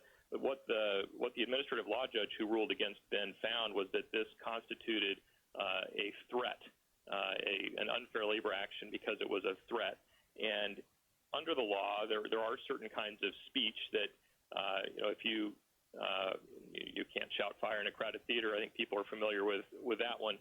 Similarly, in the labor context, if his employees were genuinely in the middle of some sort of organizing campaign and he were putting out genuine threats to prevent them from doing that, then there would be a role for the NLRB to investigate that. But that's just not the situation that we have here. So there is a First Amendment problem. The other thing that's very strange is that the NLRB is in D.C., Ben and his organization are in D.C., and yet they hauled him up to New York City in order to have this administrative hearing. Usually there's a little thing called jurisdiction and personal jurisdiction that prevents agencies from hauling you all around the country to defend yourself. And so that's an issue in this case as well. Yeah. So you've got an administrative law judge who does this, and I'm not a lawyer anymore, but an administrative law judge is never going to have issue, I would think, with the regulations of the agency. And at the same time, I'm having a hard time with this one because it really just seems crazy to me that in the United States of America, someone would put up a tweet like this. No one is complaining. No one's trying to unionize. No one would unionize at Federalist. And yet suddenly here we are. And if this could happen to him, it could happen to anybody. That's right. It could happen to anybody. And I think that's, as Ben said in his Wall Street Journal op-ed, the reason he's fighting is that there's a principle at stake here. Could he just roll over, and would it be easier to just roll over? They're not asking for a lot in terms of remedy. Sure, he could. But what happens to the next guy who may not have access to legal help in a quick way or in an inexpensive, at least for him, way? I mean, we're a pro bono organization. We're providing pro bono counsel to Ben on this because we stand up for principles as well. But the next person, they may not be in a similar situation, and so he's trying to make sure that we get this fixed now, that the NLRB gets put in its place on this set of issues so that they can't go around harassing other small business folks. Well, let me ask you about that. If we ultimately work our way up and get a definitive ruling on this with Ben, what's to stop another administrative law judge in, say, California within the NLRB? I'm assuming there's if it works its way up on appeal, they're going to be bound by the precedent. But these days, I'm a little bit dubious from some of the activists in administrative ranks that they would honor precedent. Well, you do see that, particularly if, for example, if we were to get a ruling from the Second Circuit Court of Appeals that covers New York and Connecticut and Vermont, and you did have an ALJ in California, would they try to pretend that ruling doesn't apply to that part of the country? You could have that, and so we might have to extend that. But I think that it would at least reduce the chances, and certainly it would put the leadership of the agency in a position to say, hey, guys, rein it in. This isn't. We've already been to federal court once on this. We don't need to stub our toe again. Now, so what is the state of play? It was an administrative law judge. Will it be appealed into a federal district court or a federal court of appeals or an appellate process within the NLRB? Yeah, so within the NLRB, that's the lovely thing, right? So if in these administrative agencies, and it's not just NLRB, it's the Securities and Exchange Commission, the Federal Trade Commission, the whole alphabet soup of agencies, they launch the initial investigation against you. Then you go in front of an ALJ. Then if you lose in front of the ALJ, which 90% of the time people do, then your appeal is to the very group of people who authorized the investigation of you in the first place, the board at the NLRB. So it can be a very difficult nightmare of a situation, just in terms of the amount of time that is taken to try to navigate through this kind of thing before you ever get into federal court. And the other thing, Eric, you may know this, but your listeners probably don't. When you're in front of an administrative law judge, the Bill of Rights largely does not apply. Right. The federal rules of evidence don't apply. The federal rules of civil procedure don't apply. This is not an Article III type court that people think about. And the other thing people don't realize, 10 times as many Americans find themselves in front of an administrative law judge every year than find themselves in federal court. And when they do, oftentimes they're very confused because they don't understand why these rights don't apply that would apply in a federal court. So, did we actually hire Kafka to draft this process? Wow. I knew that the Bill of Rights was an issue, but I didn't realize the extent of it. Man. So, okay. So, what happens next? What's the prognosis on this from a legal standpoint? Yeah, so the state of play is that he now gets to file some exceptions to the ALJ report, and there's a little bit of back and forth there. We go in front of the NLRB and see what they want to do with this, and then we can take an appeal to one of the federal courts of appeals, and there's a couple of options there in terms of which court we can take it to. But, I expect that we won't be into federal court for at least a few months yet. It depends how long the NLRB sits on the appeal. But by the end of the year, certainly I would think that we'll have started a briefing in federal court. Good grief. So, regular listeners out there, what should they know? What should they do in dealing with a situation like this? Well, they should certainly keep the New Civil Liberties Alliance in mind. If we were founded to defend people's civil liberties from the administrative state, and if they are in the crosshairs of an administrative agency like the NLRB, like the Securities and Exchange Commission, we can't jump into every single case that we hear about, but when we see an opportunity, as we do with Ben's, to make precedent and put an end to some of these kinds of tactics, then that's what we're looking to do, and we love to hear from folks. If they're in a place where that's not a possibility for whatever reason, then if they can fight, if they don't have to roll over, if their business is large enough or they're at a place in their career or what have you that they can fight, I encourage them to do so because our liberties are being lost a little bit at a time with these administrative agencies, and we need to all band together and push back and reestablish the Bill of Rights. There's no reason why we can't constitutionalize the adjudicative processes in these agencies. Well, okay, I was going to make that my last question, but now you've raised another question for me. We do now have Kavanaugh and Gorsuch on the Supreme Court. There's been all sorts of questions about Chevron raised and what loyalty administrative agencies have to give to congressional legislation and how they can interpret their rules. How are you seeing this shape up? I know that there's kind of been a mixed bag thus far between Kavanaugh and Gorsuch on the court, but it does seem like there's some optimism out there now that maybe we do have a little bit more of a sympathetic Supreme Court towards dealing with the regulatory state. I think you summarized it very well. It's a little bit of a mixed bag right now. There is room for optimism. There have been a couple of cases. We took up a case earlier this year on one of these kinds of deference called Brand X deference. And what that one says is even if a federal court has already ruled to interpret the statute one way, the administrative agency can still come back and interpret it a different way if they pass a new rule. And we said, no, that can't be right. The court did not agree to hear that case. We were very disappointed in that. We thought it was a good opportunity for them. But Justice Thomas did dissent from the refusal to hear the case with a blistering dissent, taking down Brand X deference, which was interesting because he had written the original Brand X decision. So we at least got him to change his mind. And, I think that we would be willing to go back up with another Brand X case and give it another shot. Maybe we can talk about this on another program, Eric, but the number of different kinds of judicial deference that take place, you mentioned Chevron, but there's 8 to 10 different kinds of deference that judges are giving these federal agencies, including they have to give deference to the factual findings in these agencies. So even once you get to federal court, it can be very difficult because you're stuck with the administrative record you have. It can be difficult to win on a factual issue, even if the ALJ was dead wrong. You almost always have to find a legal issue that you can win on and flip the result on. So what you're saying is you've got no Bill of Rights there to help you when it comes to the fact-finding mission at the administrative law judge, and then you're stuck with the facts that the ALJ decided were the facts. That's right. Good. That's right, and I can give you some horror stories on that sometime. Oh, but I bet so. It's a bad way to be sideways. Good grief. Well, Mark, listen, thank you very much for stopping by. I appreciate it and good luck on this. I wish you the best on this, and thanks for doing what you're doing. Well, thank you very much, Eric. And if folks want to follow this case or learn more about NCLA, please visit our website at nclalegal.org.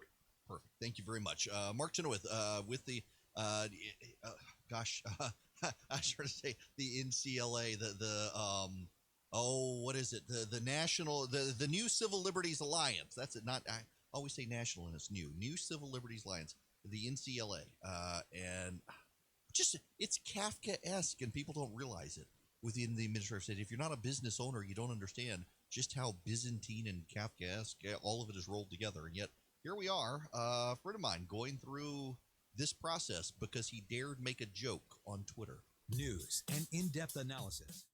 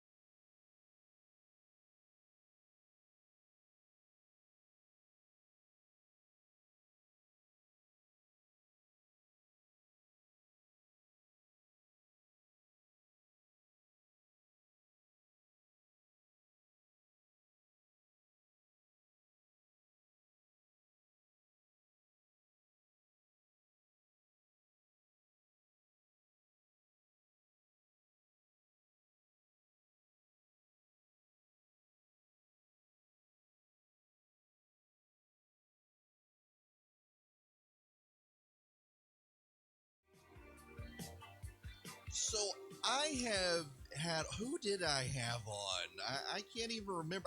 I know who I had on. Mark Davis with the Third Amendment Article 3 project to talk about Judge Walker in Kentucky.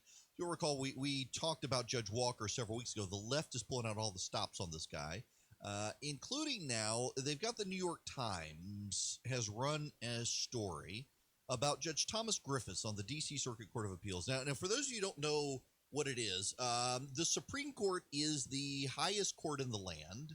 And the D.C. Circuit Court of Appeals is considered the second highest court in the land, largely because, well, one, a lot of the judges from the D.C. Circuit Court wind up going to the Supreme Court.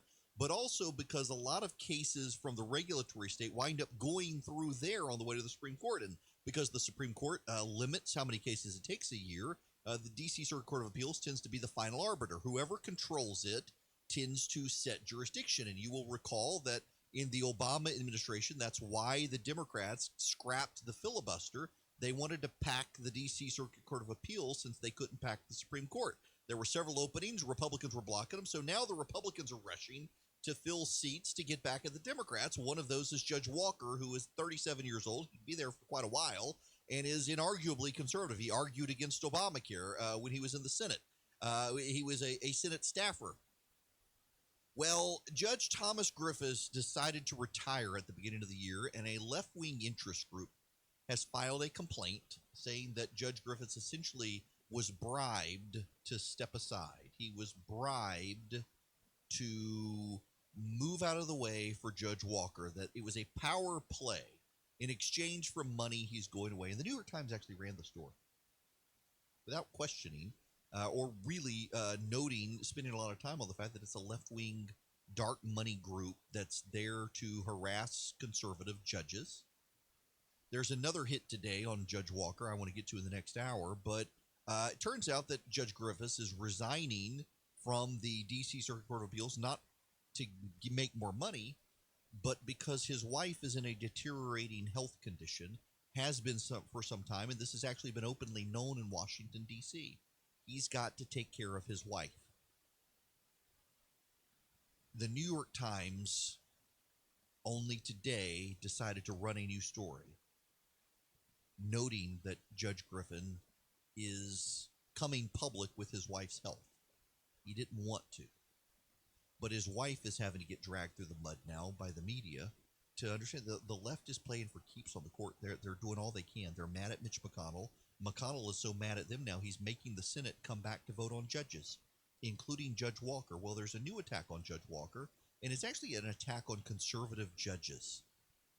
A left-wing group convinced a judicial council to draft a new ethics rule. And the new ethics rule would prohibit judges from participating in Federalist Society events. Yeah, that's it. One of the people who signed a letter saying this was a bad idea as a judge is Judge Walker. And so now the left is using the letter was leaked. The letter was leaked by liberal judges to try to stop this conservative judge from advancing. Y'all, it is very clear at this point that left-wing activists within the judiciary are as committed to enhancing progressivism as they are outside. And it's the conservative judges who, by and large, just want to go with the plain text of the law. Say, here's what the law says, therefore we can do X, Y, or Z, or we can't. And the left's like, oh, well, but the feeling of the law, we get this vibe from the law that we can do whatever the heck it is we want. It's disappointing to see just how political that's all become as the left tries to play for keeps and understands that the president is packing courts. That's actually a really good thing that he's doing.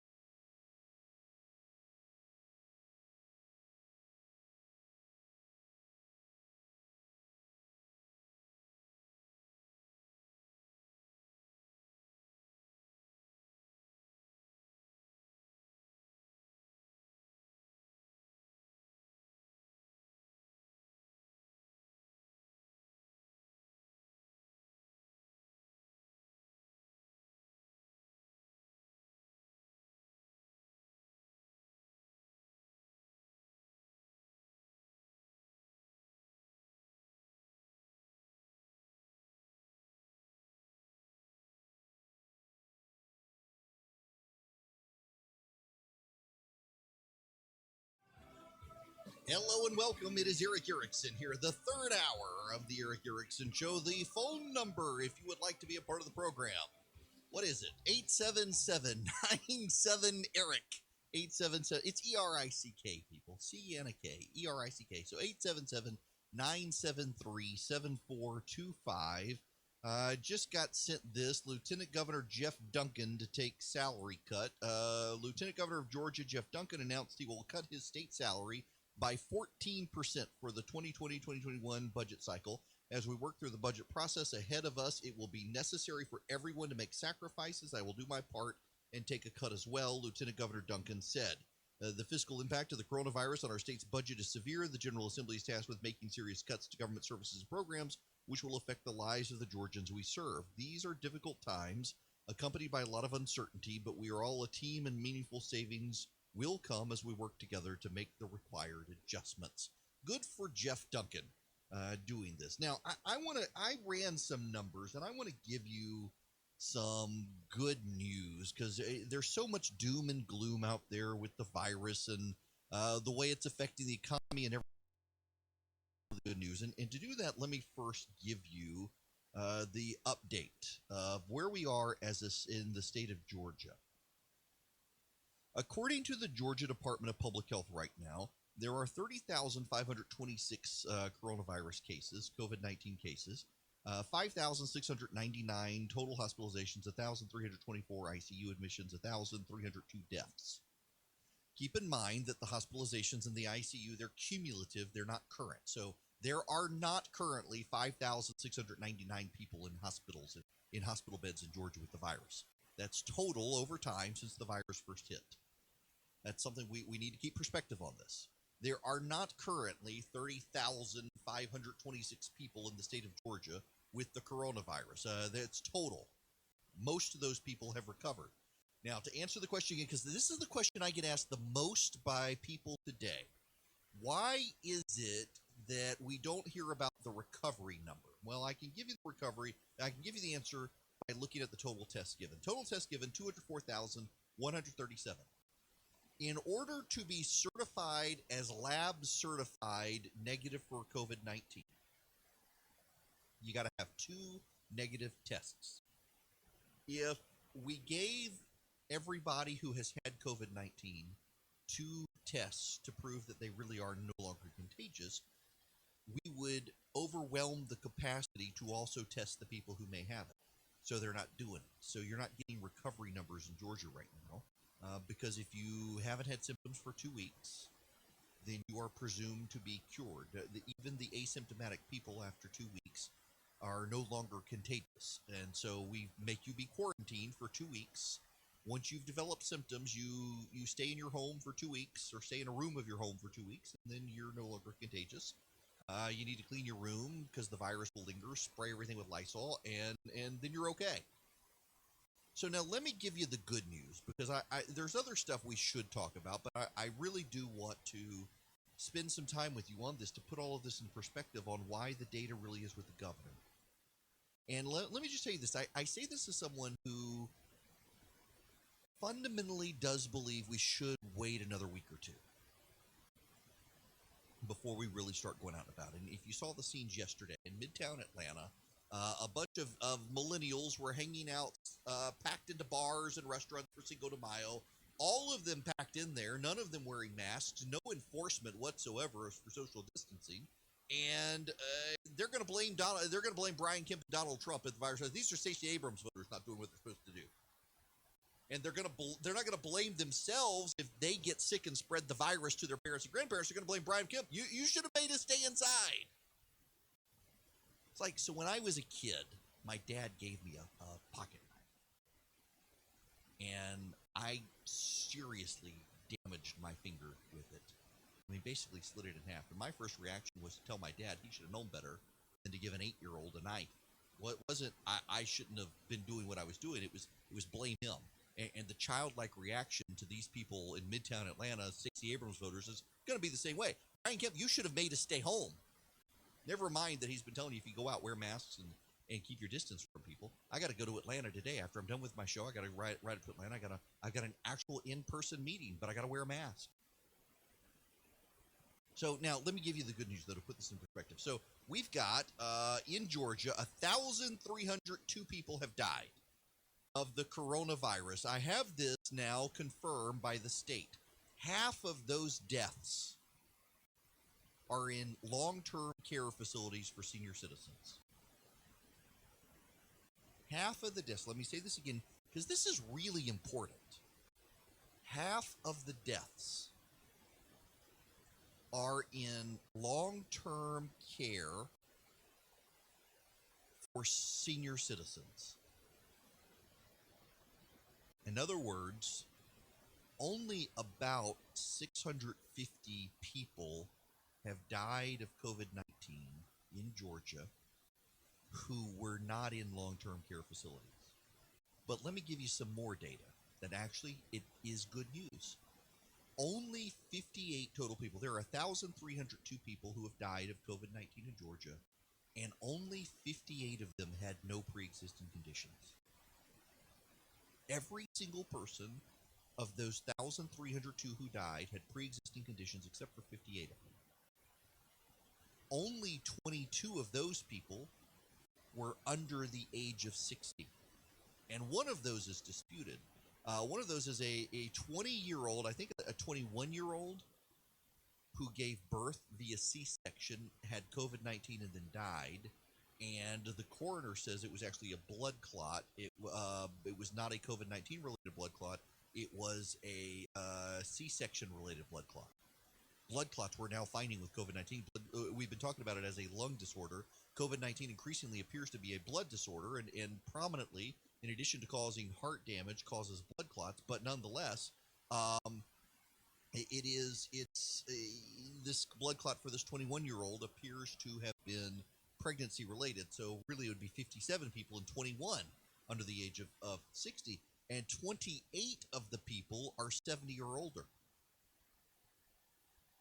We now know from Great Britain that there have not been any cases in Europe that we know of. It was originally reported as Great Britain, and now they're saying it's Europe. We don't have any evidence of children passing the coronavirus off to their parents. Children apparently can get it, and they can get sick from it. But we don't have any cases of them then making other people sick. This is very much a case where the older you are, the worse you are hit. The worse your underlying conditions, the worse you're hit. And by the way, my wife's got lung cancer, which is always a concern with these sort of situations. She's in a high-risk category. I've got some lung damage from blood clots several years ago, and that puts me in a higher risk. But do you know who actually turns out to be the most high-risk people? More so than chronic lung conditions, which is crazy. People with diabetes and people with heart disease.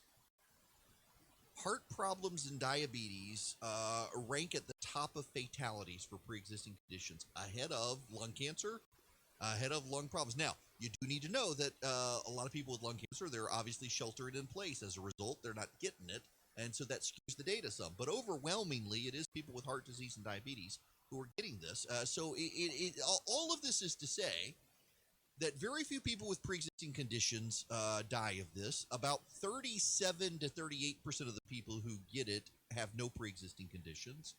So just over a third of the people who get it are otherwise healthy people. So all of this is to say you may get it. It's probably not going to be fatal unless you're in a nursing home, and that's a problem. There are 790 nursing homes in Georgia. Half of them have COVID-19. Half of them do not. The National Guard has gone in and tested all of the nursing home facilities except 12 in the state. Those 12 didn't want them in there because they were afraid they didn't have the virus and they didn't want the National Guard to accidentally bring it in. So they closed up shop, which is understandable. But all of this is to say the data is actually with the governor. And when you combine that with the news, it seems like everybody's forgotten. Have you noticed we had this entire White House briefing where the scientist who's on the stage, on the podium at the White House, says that heat and humidity, we now know for sure, does stall out the virus.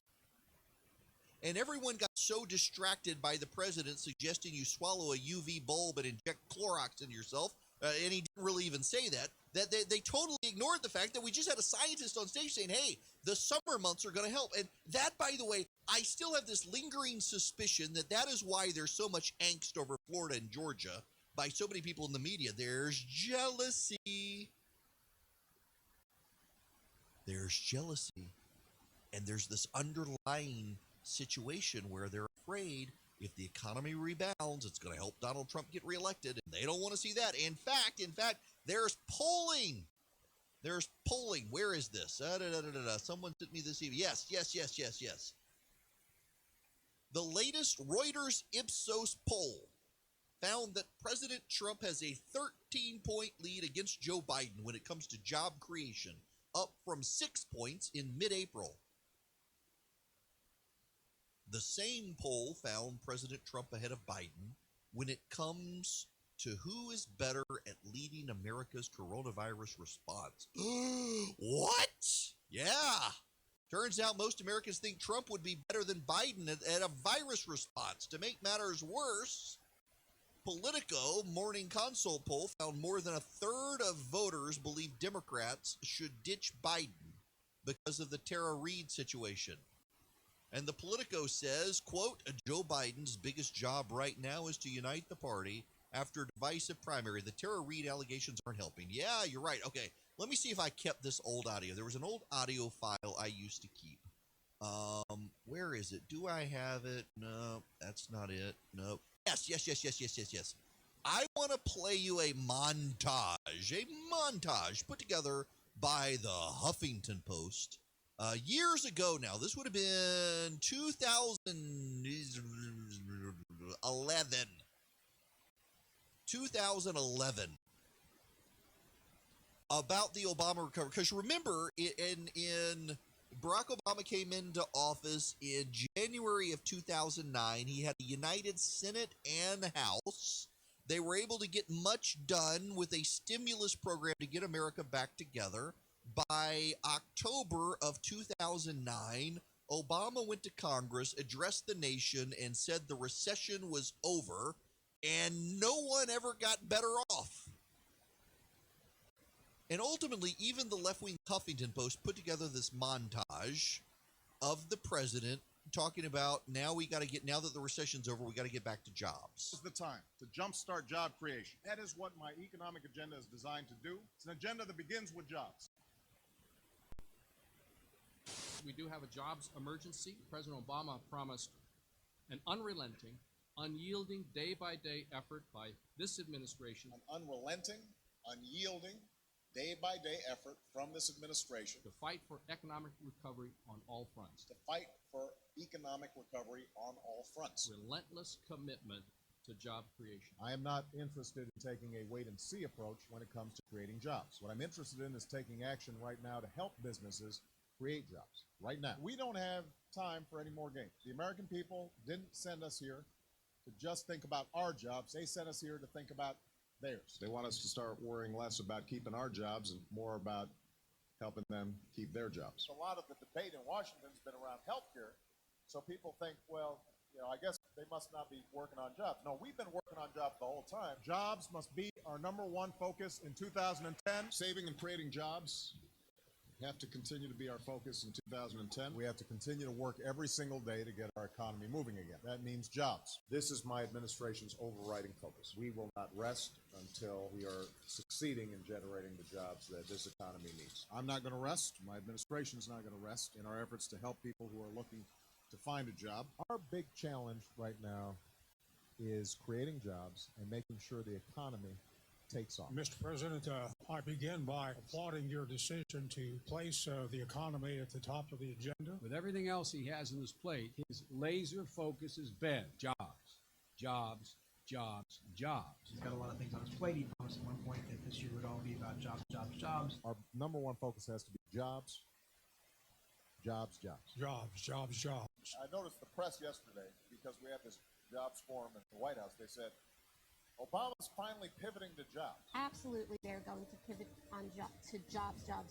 Pivot onto the economy. Hard pivot. Hard pivot. Tried to pivot. Which was a very awkward pivot. President Obama can pivot. As if what we haven't been doing for the whole 9 months From the day I was sworn in and we started talking about the recovery was all about jobs. But, folks' attention spans are short. I understand that. The White House wanted this bill passed so you guys could pivot back to jobs. Is pivoting to jobs still the plan? The president's been working on the economic recovery every day that he's been in office. So has he already made the hard pivot to jobs, or are we still waiting for that to happen? The president's been working on the economy since day one. This pivot to jobs is already, you talk about this The year. president has He's been going to make a big pivot to jobs. And the president has, Are we still waiting? the president's been focused on jobs. He works on jobs every day. With the number of times that this White House has talked about making a strong pivot to jobs in the economy, is there any concern about pivoting away from jobs in the economy for the next 3 days in New York? I've done this 100 times, but I don't know why I wouldn't do it 101st. The president's been focused on the economy and is focused on the economy and works on nothing more than he does on the economy each and every day. That goes on for another minute. There's no reason for me to do that. I need to go take a commercial timeout. But the point here is this. Joe Biden says he wants to now campaign on having led jobs recovery for Barack Obama. Here's the problem. No one associates jobs recovery with Barack Obama. And that's why polling shows that most voters would prefer Donald Trump to help them get a job than Joe Biden. What a weird pivot for the Biden campaign, but they don't have anything else to run on right now. Well connected and well respected.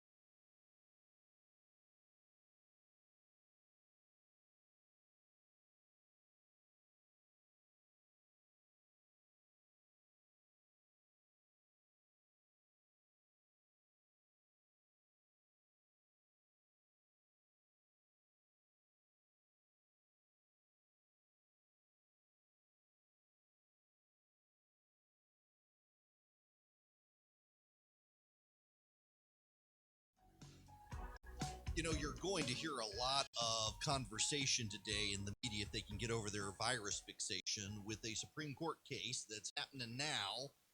The Supreme Court is hearing the Little Sisters of the Poor case today by teleconference. And the pivot on this is about how the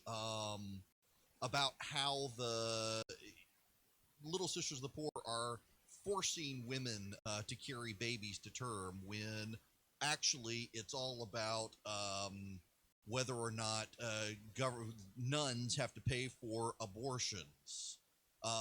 It's the way this is being portrayed is sad.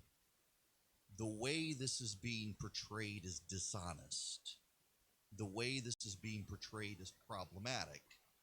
That there are people in the media who cannot honestly fathom the situation of people.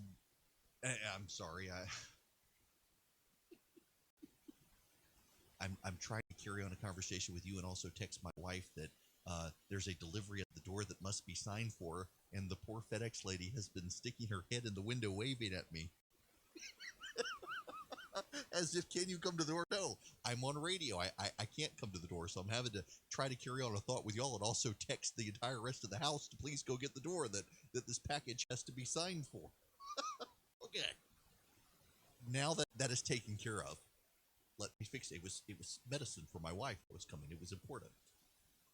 Little Sisters of the Poor don't want to pay for abortions in their health care plan, and they won a case before the Supreme Court. And you will recall that the Obama administration changed regulations that carved out a loophole, or then because of the Supreme Court case, allowed a loophole for religious nonprofits as long as the government will provide you your abortion in some way that your health care plan did not.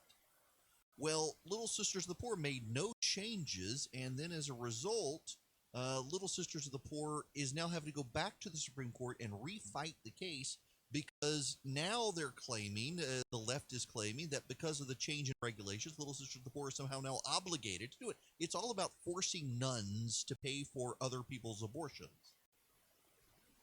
And the framing of this on the media that you're going to hear today is that this is all about whether or not women's right to choose is protected. It's not about that. It's about whether or not you have to pay to kill your own kid or make a nun pay to kill your kid. That's what the case is actually about. You want to kill your kid, the Supreme Court still says you have a constitutional right to kill your kid. The question is whether someone else has to pay for your murder. By the way, I got a note yesterday from someone who listens to this program who says it is going to be unhelpful for me in my career in radio to talk like this on radio. That I should, one, avoid the issue of abortion altogether, and two, that I should never refer to it as killing kids. So that's disrespectful. Well, what the hell is it? You rip a child limb from limb, and we're not supposed to tell you what it is. We're supposed to hide behind the euphemism. I think I'll pass on that. If for some reason I can't become a nationally syndicated radio show host as a result, that's okay. I'm not going to stop speaking truth to try to nuance and make people feel better about killing children in this country. Good grief.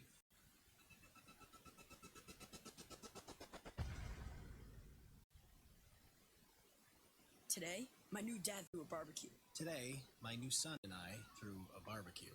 There were burgers and chicken. I burnt everything. The burgers, chicken, the salad.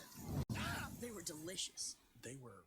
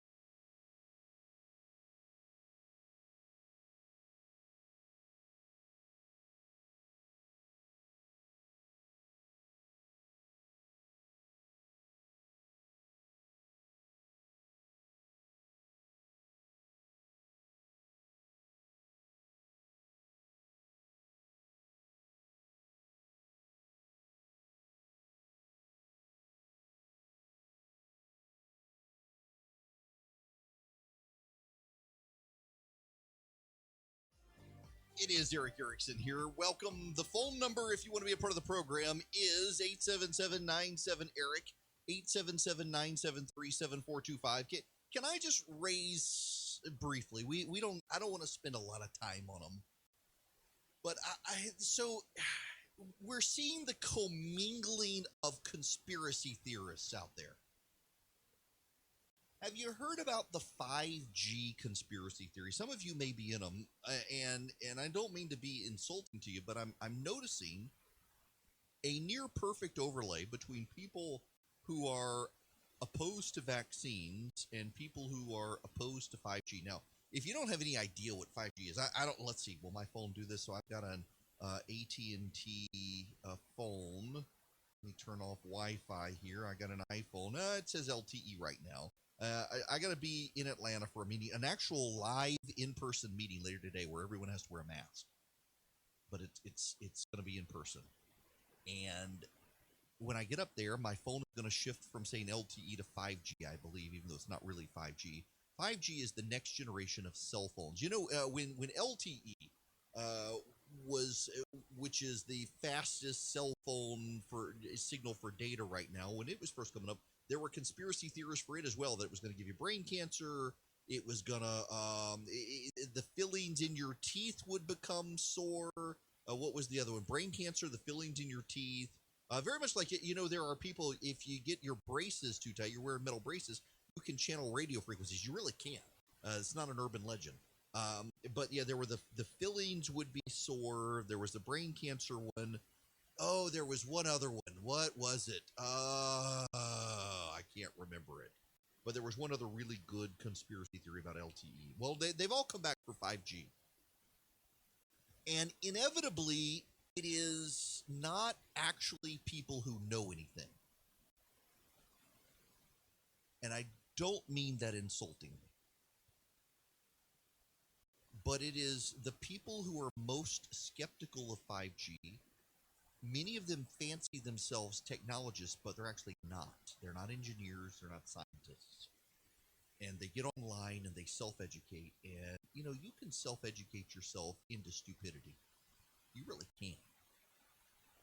And they believe all sorts of stuff. It's like, I'm going to get hate mail, and I need to apologize to Charlie and Philip in advance because they're going to get hate mail. Because we all know people. Y'all know people. Y'all are those people.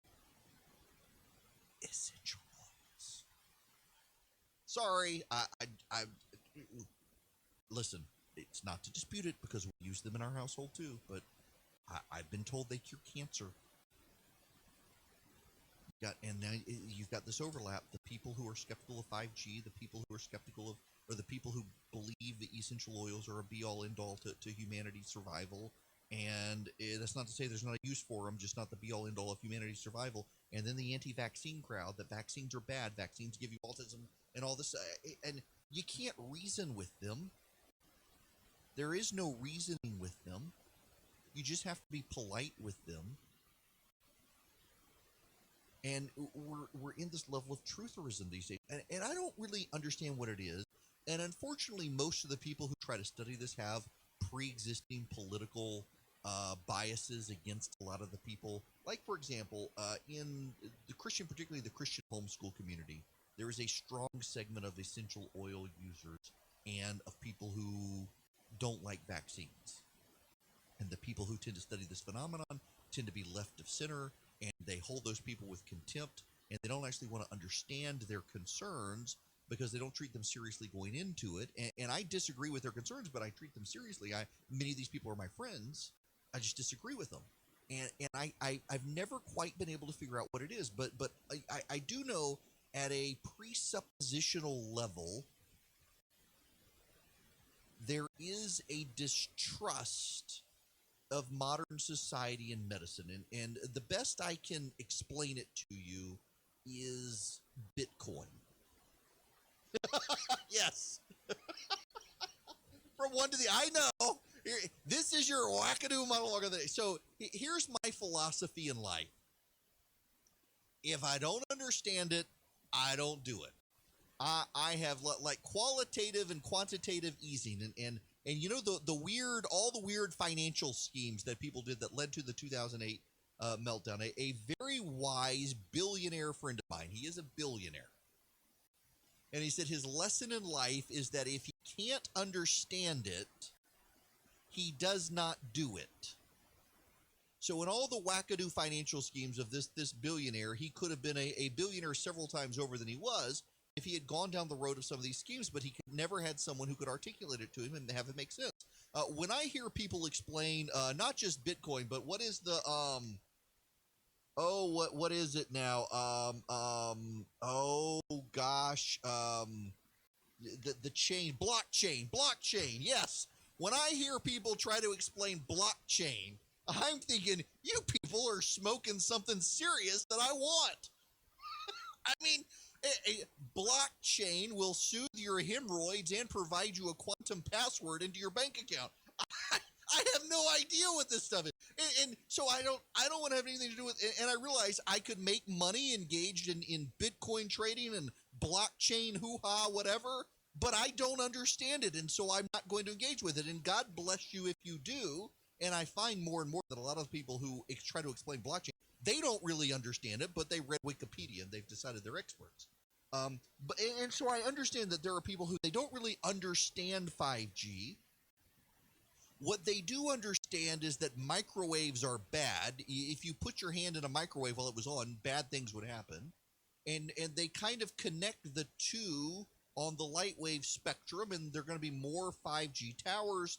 Those waves penetrate our bodies, that they flow through. Wi-Fi flows through us. And they understand the basics, that it is like, for example, an ultraviolet ray can cause cancer as it penetrates your skin, or a cosmic ray, if you're exposed to cosmic rays, it can lead to mutations, and that can cause cancer, and these waves are flowing through you, and they're all on that same spectrum. So I get it. I get the basics of the skepticism. I do. Now, I do have to say on the vaccine, there's one thing that I think the left doesn't appreciate. I have a number of friends who don't like particular vaccines because the vaccines were based on fetal tissue from abortions, and I'm with them on that one, actually. Now, by and large, originally, for example, the MMR was based on fetal tissue. The MMR is no longer based on fetal tissue, and I have some friends who won't give their kids the MMR because it is derived from something that was derived from fetal tissue, and they still think the Pope is okay with it. I'm okay with it at this point. But I get that concern. But there seems to be, people who they take a kernel of truth and a nugget of nonsense, and they breed them together, and they just get bat poop. And we're seeing this with 5G, and we're seeing this with COVID-19. Do you know there's a poll out that an overwhelming majority of Americans, something like 2/3 of Americans, don't actually believe the data on COVID-19. And if you're right of center and don't believe it, you think it's less. And if you're left of center and don't believe it, you think it's more. I'm perfectly happy being in the middle, where I'm willing to accept the doctors. I know way more doctors who are conservatives than liberals, and they're all okay with the data, and so I'm okay with the data. The doctors I trust and know are okay with the data, and so I'm going to be okay with the data, and I'm going to treat the data as is, and all I can do is give you the data, and if you don't believe it, that's on you. But I'm just amazed by this phenomenon now of people who rush out to try to find something that corroborates their previously held belief. They don't want to be challenged on their belief. And oftentimes, I find that there's this element there that actually is deeply insulting to you, that you don't have the truth. And you know what this phenomenon is? This is where I go on my theological riff of the day. You know what Gnosticism is?